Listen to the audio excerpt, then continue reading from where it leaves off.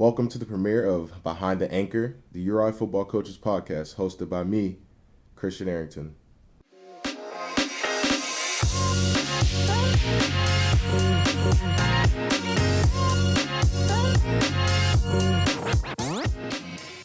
Good morning, Coach. So, go over a little bit of background on Head Coach Jim Fleming here with me today. Coach, tell me, what is your favorite MLB team?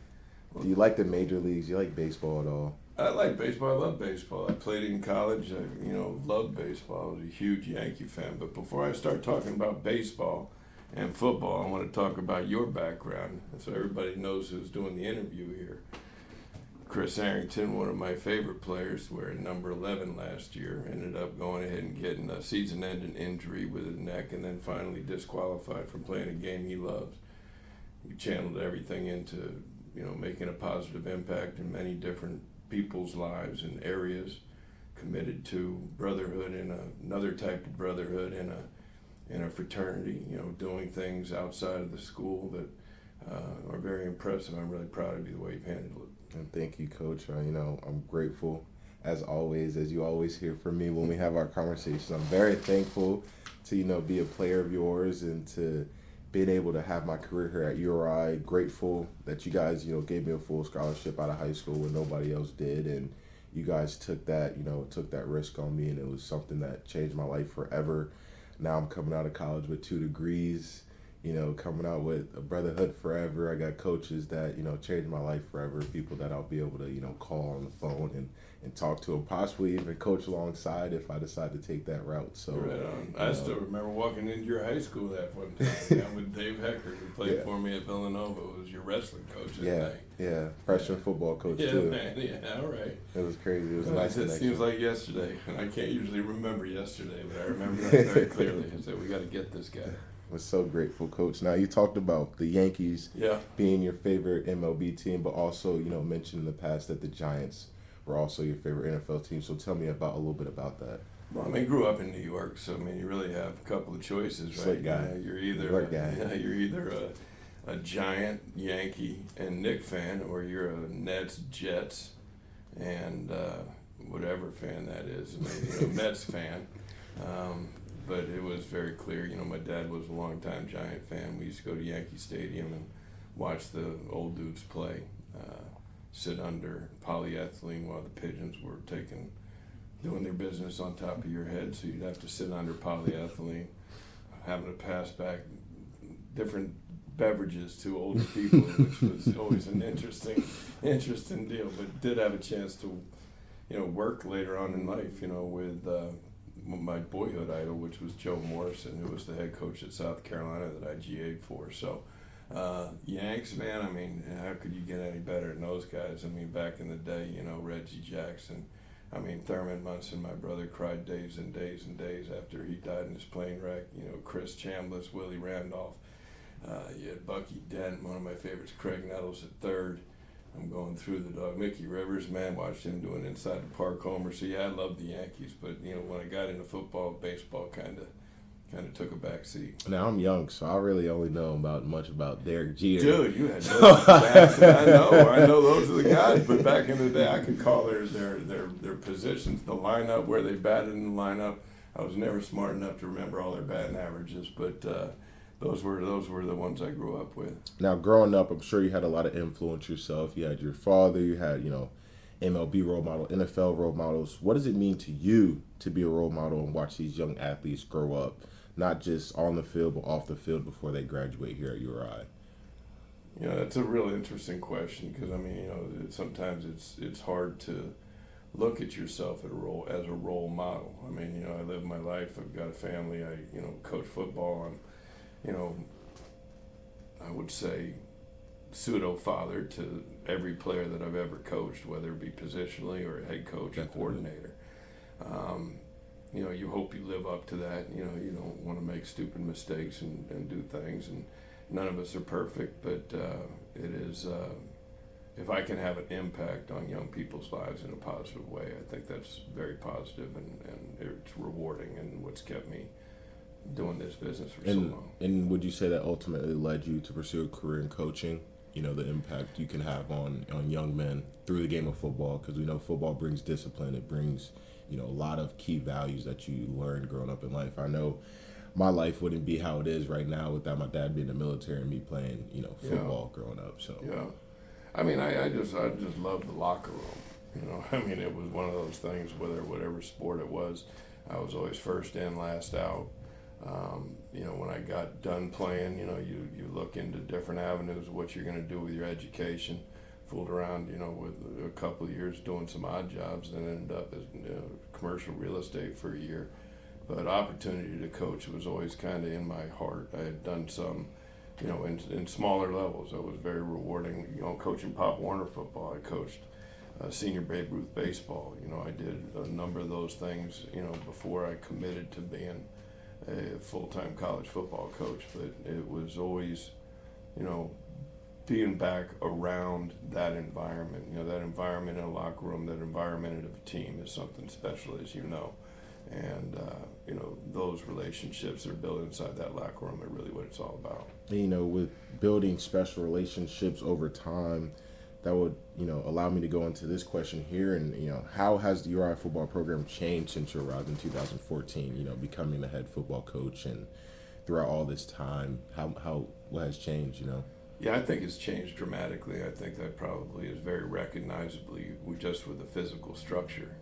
When I first got here, there was no lights, there was no field turf. The grass fields were, pretty injury rough. prone. Yeah. We'd run around with a bag of sand, filling holes before practice so kids wouldn't get hurt. There was no pride in the kids wearing Rhode Island football stuff. There was, always the echo of why do we do football here at URI? Let's drop football here at URI. I think we silenced those critics. I think we silenced those with our performance over the 10 years. And I think now what we have is we've got a legitimate football program that still has not reached its fullest potential. And I think that we're at a time and place with this program that it's vitally important that we invest at a very high level to be able to support, what we can get out of football here, which is national exposure on a year-to-year basis in the playoffs. Correct. Now we got to get there to make one year first. The last time was 85, and this year's going to be a stretch, but we'll keep on banging away until it happens.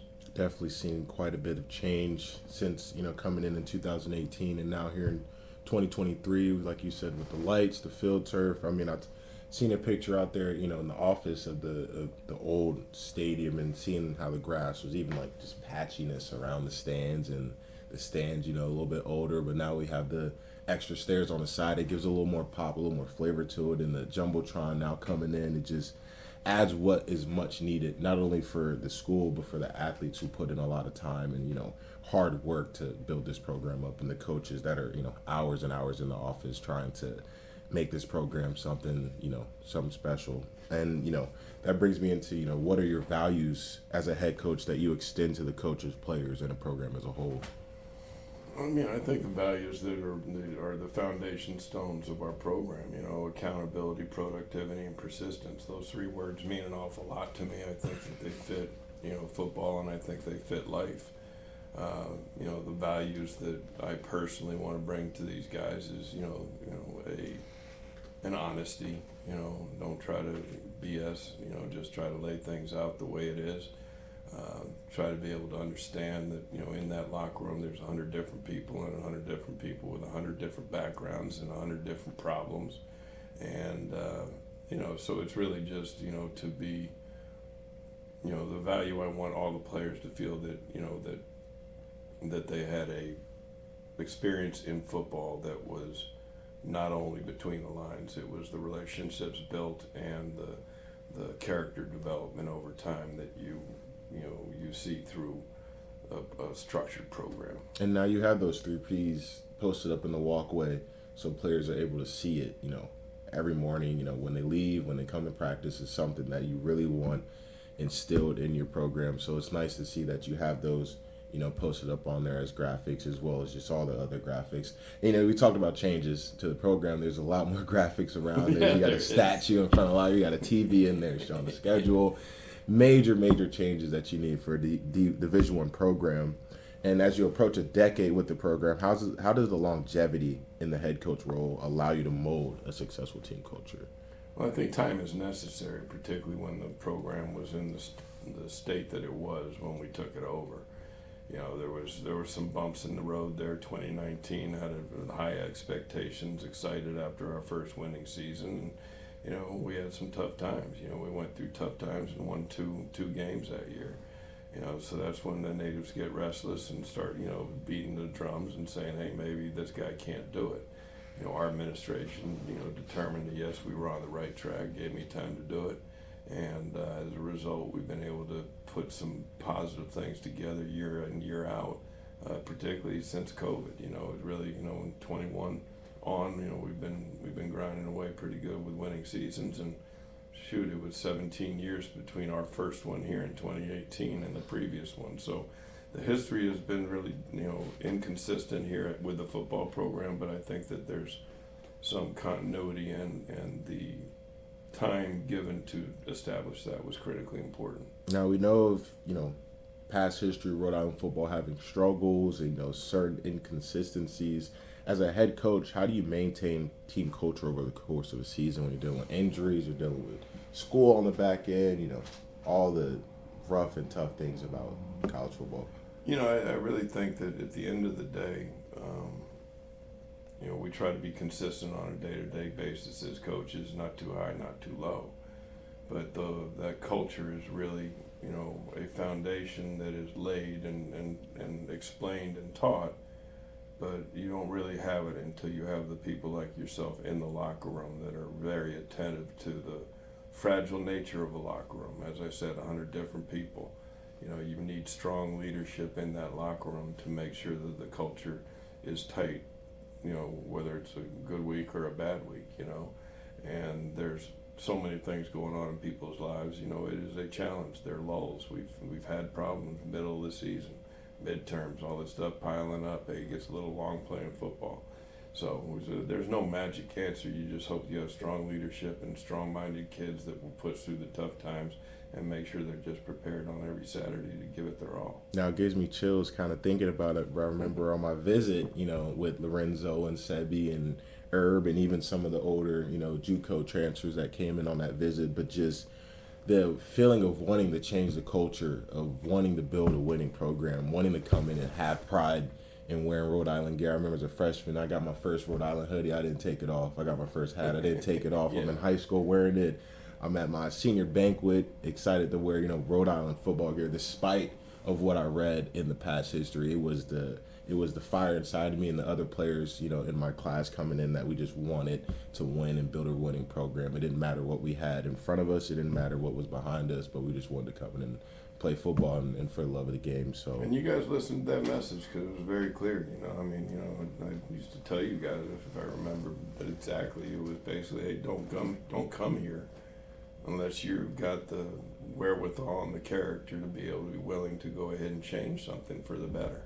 And it's not going to be easy, and you're not going to have all the bells and whistles, but you want to come in here and put your mark on a program, then this is your best opportunity. And certainly the group you just mentioned, yourself included, you know, have done that. You know, they've come in here and they're going to walk out of here, God willing, that we finish this season right, doing a lot of very special things. But it's a testimony to you guys because the thing is built on the shoulders of the players that take you there. Now that allows me to, you know, shift a little bit over to some quick hitter questions. And, you know, when not on the sideline or in the facility, what do you like to do away from the game? Of course. Well, I like to get in the car and drive as fast as I can over to Jamestown Bridge to get home to see my wife. I play a little golf and do a little fishing. And I do a heck of a lot of yard work, you know, until August comes. That's when I got to start paying somebody to do something. But and those are the kind of things that keep me busy outside of football. Now, do you have a lot of time? Do you have, you know, a good amount of time to enjoy yourself outside the game, or there the season's quite busy? A lot of calls, a lot of hours, a lot of sleepless nights sometimes. Sleepless nights. I don't know if it's sleepless, but certainly, you know, not sound.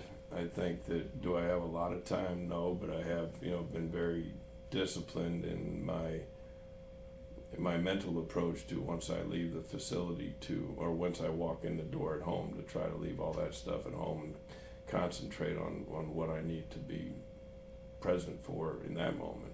Had 4 children, I had raised those guys. I bounced them all over the country. Got a very strong wife, and so I mean, there was a very strong commitment on my part. Is that once I get home, man, I'm not going to pick up the phone. I'm not going to do a whole bunch of that stuff. Certainly, not a lot of time during the season. There's recruiting that takes after. There's spring is a pretty good time. Catch a little football and get home a little bit easier. But we all look for those 2-3 weeks in summer where you can really shut it down and go off and have some fun. Right. Allow yourself to take a step away from the game and be Jim Fleming, not just head coach. I don't know if you want to know what that is, but it's all right. Now, of all the coaches you have worked with, throughout your career, who has had the greatest impact on your own coaching style to this day? Style, I don't know. I think style is always is individual. If you try to do it anybody else's way, you're going to do it wrong, because it won't be pure and it won't be sincere. Now, programmatically, I think you pick how to or how not to do something from everybody you work for. There's always something to be learned. That's what I tell the young coaches. You can look, you can evaluate, you learn of how people handle things, and you have to make a decision. Is that the way I would do it, or would I do it differently? So each person I have worked for has added both of those features to me, to be able to see someone operate as a head coach. All right, I've gotten a lot of good things, and I've, identified other things that I don't believe in that I chose not to bring into my own style. Correct. Now, and also, what has been the most rewarding part of being a head coach? The most rewarding piece is being able to put just what I said, all the different pieces that you gather along the way as an assistant coach, and then be able to test it out as a head coach. And I was incredibly fortunate, when I got the Sacred Heart job. I mean, it was a bad program that we went 21-1. I thought this stuff was easy, but we had good players. We moved a couple of things around, and it looks like I waved the magic wand. When I took this one, I had the same intention and really brought the same program there because it had been proven and tried. But there were certain things that prevented. We didn't make as quick a turn. It just took longer, and I think that's a lesson that that is important to be learned. Sometimes it's going to happen fast. Sometimes it's going to take a lot more time. This one's taking quite some time, but we're still swinging. It's all a part of the journey, Coach. Yeah, man. And we talk about we're talking about your journey still, of course, after playing tight end at, how do you pronounce it? Sewanee in the 80s. Fighting Purple Tigers, bro. What led you to your rise through the coaching ranks, on the defensive side of the ball? Well, that was a switch. I mean, I started out on offense. I don't know if you remember, when I was a GA at South Carolina was my first exposure to that level of college football. Did all kinds of grunt work and did things just to learn how to, coaching. I was around some great players. Sterling Sharp, he was a Hall of Famer for the Packers. He was, I was in the receiver room there. I was, I was going to be an offensive guru, and I left South Carolina and went to Boise State as tight ends coach. And right after the spring, he gave me the receivers as well, and coached a couple All-Americans there. And when there was a changeover in staff, I thought it would be good for my development to jump to defense, and I had an opportunity to coach DBs. Had never coached them, learned a little bit and then learned along the way, and kind of developed my craft on defense, as a DB coach. Then certainly I was really on defense 1 year, and then, thank you, Skip Hall, the head coach at Boise State. He gave me the defensive coordinator job, and didn't know nothing from nothing, but we ran around hard, we hit, and we took the ball off of people. So that's when I jumped into it, and since then, it's been a continual evolvement in all different position areas, and most of the time coordinating. But that's what brought me into the defensive world, the dark side, as we call it. The dark side of the ball. We love the dark side over here. Yes, we do, man. Let you let it rip a little bit. Yeah. Now, Coach, as we are in the heart of this, 2023 season, we're getting into, we got a bye week coming up after UNH, if I'm not mistaken. Yep. How do you, as a coach, balance winning with veterans and getting younger players reps over the final weeks? Well, there's a new rule in college football that lets you get 4 games in and still redshirt, regardless of what 4 games those will be. We started to sprinkle those guys into special teams. Right now, there's a few freshmen that are getting some quality reps, on offense and defense, but it's few and far between for us. Managing them, and the commitment is for the older players right now. Their last go round, their last chance to be, remembered with we're open to be an opportunity to play in the postseason. That's where the focus is. I do whatever is necessary to prepare the team. We'll involve younger players, but we're really going in focused everything on playing for that group that's going to be finishing up here in probably about 3 weeks. Right, and just embracing that love for the game of football. Yes, it gets hard to wake up at 6:30 and get to those 6:45 meetings on time and make sure you're getting the treatment, getting the taping you need before practice. It starts to get a little heavy on the body, but exhausting. But it's just remembering, there's guys in front of you who are going to be done playing this game, and one day that time for you as a youngin is going to come up as well, and you'll be done playing the game. And just like for me, it came abruptly, but to be able to look back and wanting to tell the younger guys to remember that, day in and day out, you might find sometimes where you dislike the game, but to love the game for all that it is, even the, to sometimes sucky parts where it's hard to get up and, but you got to embrace all of that because that's what football is, and that's for the love of the game. You can't just... Well, it's also reinforcing what, one of the most important things to happen in this world is just show up.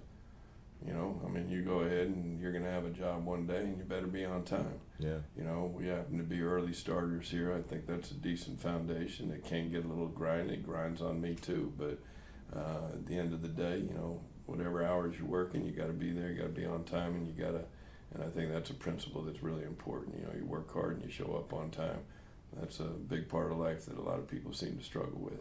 Now you got UNH this weekend. You have a bye week. Then you got North Carolina A&T on the road or home, and then you have Towson on the road to end the regular season.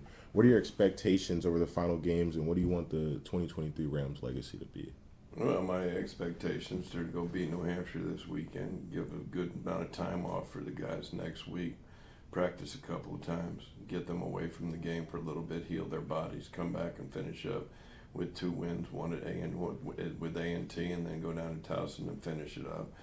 If they were able to do that, we'd finish up 7-4, with a 5-3 conference record. And there's arguments to be made if we're an opportunity to get into the playoffs, that would be an opportunity to do so. But we can't do it without taking care of all 3 dudes. Thank you to Head Coach Jim Fleming for joining us on today's episode of Behind the Anchor. This is Christian Arrington, and tune in next time for our bye week episode.